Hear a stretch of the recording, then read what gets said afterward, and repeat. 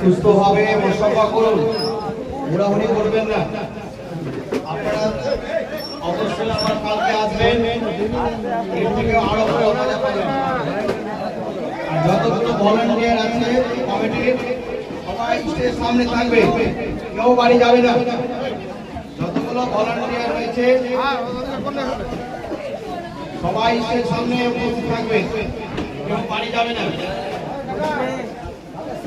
আগামী কালকে আমাদের ব্যবস্থা রয়েছে। আবার আসরের পর থেকে বিতরণ হয়ে যাবে, আসর থেকে এসার পর্যন্ত সিন্ডি বিতরণ চলবে। আপনারা অবশ্যই আসবেন, সেই সিন্ডি অংশগ্রহণ করবেন।